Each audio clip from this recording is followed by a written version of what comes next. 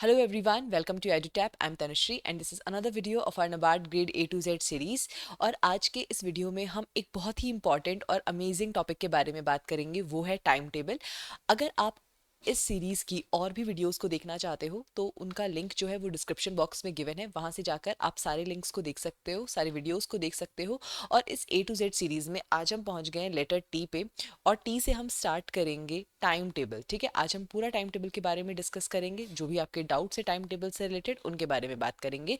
But students, before we proceed, NABARD as an organization and NABARD grade A as an examination से related आपके बहुत सारे doubts हो सकते हैं। ऐसी बहुत सारी चीज़ें हो सकती हैं जो आपको जाननी हो, जो आप पूछना चाहते हो। तो आपकी सहूलियत के लिए हमने एक गाइड बुक को तैयार किया है, और इस गाइड बुक को डाउनलोड करना बिल्कुल फ्री ऑफ कॉस्ट है, और इसका जो लिंक है वो नीचे डिस्क्रिप्शन बॉक्स में गिवन है, वहाँ से आप इस गाइड बुक को डाउनलोड कर सकते हैं। तो चलिए स्टार्ट करते हैं हम आज के अपने सेशन को। सबसे पहले कि आपको ये वीडियो क्यों देखना चाहिए। देखिए स्टूडेंट्स, चाहे आप अपने प्रिपरेशन के किसी भी फेज़ में क्यों ना हो, चाहे आप एक बिगिनर हो या आप ऑलरेडी प्रिपेयर करना स्टार्ट कर चुके हो, या अगर आप सिर्फ अभी एग्ज़ाम्स को सोच भी रहे हो, तो भी आपको ये पता होना चाहिए कि इस एग्ज़ाम को क्रैक करने के लिए आपको आइडियली कितना टाइम लगेगा, कितने आवर्स लगेंगे, कितनी पढ़ाई यहाँ पर करनी होती है, कितनी मेहनत इस एग्ज़ाम में लगती है।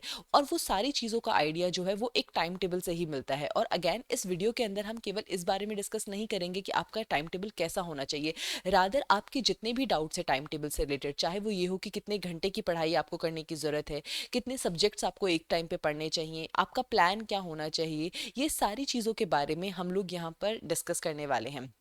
तो चलिए शुरू करते हैं हम आज के अपने सेशन को। सबसे पहला सवाल जो आता है वो ये आता है कि इस एग्ज़ाम की तैयारी के लिए हमें कितने आवर्स देने की ज़रूरत है। तो देखो स्टूडेंट्स, सबसे पहली जिस चीज़ में मैं बिलीव करती हूँ वो ये है कि कभी भी जब हम पढ़ाई करते हैं तो it is not the quantity which matters, it is actually the quality which matters. ठीक है, आप चाहे सारा दिन बैठे रहो, लेकिन अगर आपकी पढ़ाई में वो क्वालिटी नहीं है तो it is not going to help you.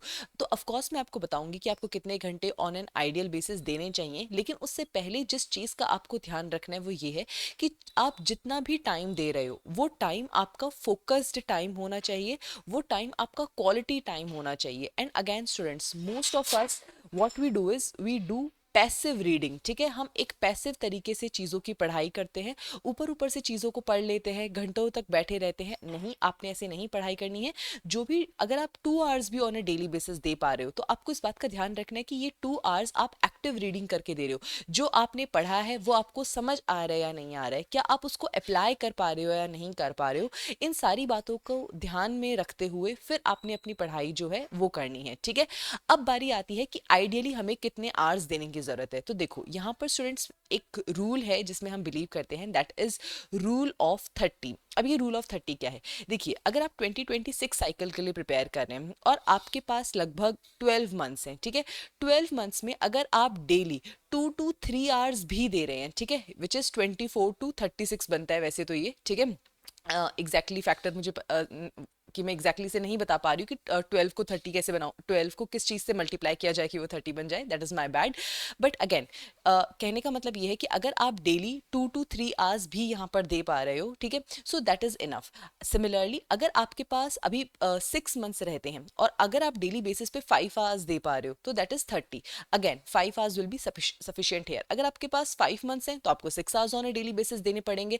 अगर आपके पास केवल 3 मंथ्स रह गए तो उस केस में आपको 10 hours on a daily basis देने पड़ेंगे, ताकि आप इस रूल ऑफ 30 को अचीव कर पाओ। अगेन स्टूडेंट्स, ये वेरी कर सकता है डिपेंडिंग कि आपके कितने कंपोनेंट्स ऑलरेडी प्रिपेयर्ड है। अगर आप एक ऐसे पर्सन है जो AFO क्वालिफाइड है तो आप के ऊपर ये रूल ऑफ 30 नहीं लागू होता, आपकी बहुत सी चीज़ें ऑलरेडी प्रिपेयर्ड होंगी। सिमिलरली अगर आपने SBI PO की तैयारी मतलब ऑलरेडी आप SBI PO में सेलेक्टेड हो, या आपने बैंकिंग की ऑलरेडी तैयारी करी है, या आप पहले RBI की तैयारी कर रहे थे, तो उस केस में भी आपके बहुत से कंपोनेंट्स प्रिपेयर्ड होंगे और आपको स्क्रैच से चीज़ों को पढ़ने की ज़रूरत नहीं होगी, और ये रूल ऑफ 30 यहाँ पर आपके ऊपर भी लागू नहीं होगा। ठीक है, तो ये डिपेंड करता है कि आपकी क्या सिचुएशन है, और अगेन अपनी सिचुएशन को ठीक तरीके से आप ही उसका अनुमान लगा सकते हैं।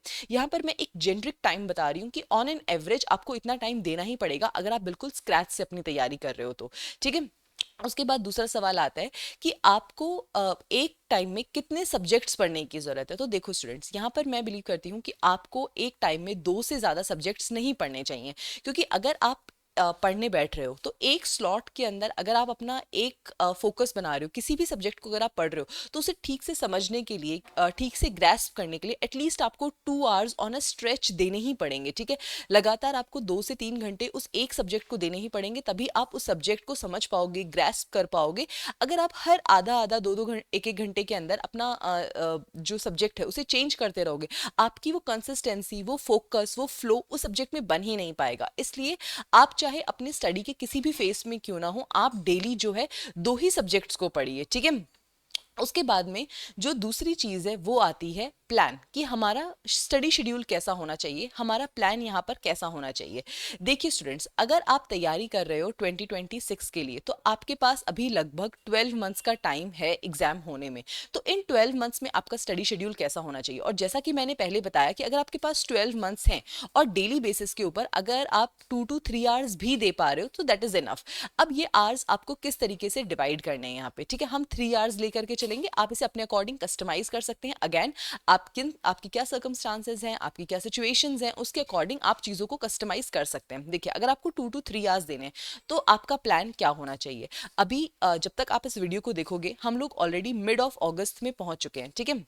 सो अगस्त एंड सितंबर, ये दोनों मंथ्स लगा करके, ये 1.5 महीने का टाइम लगा करके आप अपना एआरडी का जो कंपोनेंट है उसे प्रिपेयर कीजिए। अगेन ये कंपोनेंट आपने फेज 1 और फेज 2 दोनों ही पर्सपेक्टिव से पढ़ना है, विच मीन्स कि आप इन 2 to 3 आवर्स में से 2 आवर्स जो हैं वो एआरडी पढ़ने में लगाएंगे, जो कॉन्सेप्ट है उन्हें समझने में लगाएंगे, प्लस जो 1 आवर है उसको आप देंगे अपने आंसर राइटिंग प्रैक्टिस में, ताकि हर एक चैप्टर, हर एक टॉपिक जो आप फेज 1 के लिए पढ़ रहे हो या ऑब्जेक्टिव के लिए पढ़ रहे हो, वो आपका फेज 2 डिस्क्रिप्टिव के लिए भी तैयार होता चला जाए, ठीक है। इस तरीके से आपने तैयारी करनी है एआरडी कंपोनेंट की, ठीक है। और यहाँ पे हम पहुंच गए सितंबर मंथ में। सिमिलरली जब आप अक्टूबर में हो, अक्टूबर मंथ में आप उठाइए ईएसआई को। ईएसआई में यहाँ पर आपको स्टैटिक पढ़ना है। ध्यान रहे स्टूडेंट्स कि अभी हमें करंट अफेयर्स के बारे में कुछ भी नहीं सोचना है, करंट अफेयर्स अभी से पढ़ने की कोई ज़रूरत नहीं है। आप ईएसआई का जो स्टैटिक पार्ट है उसे आप उठाकर यहाँ पर प्रिपेयर करना स्टार्ट कर दीजिए, ठीक है।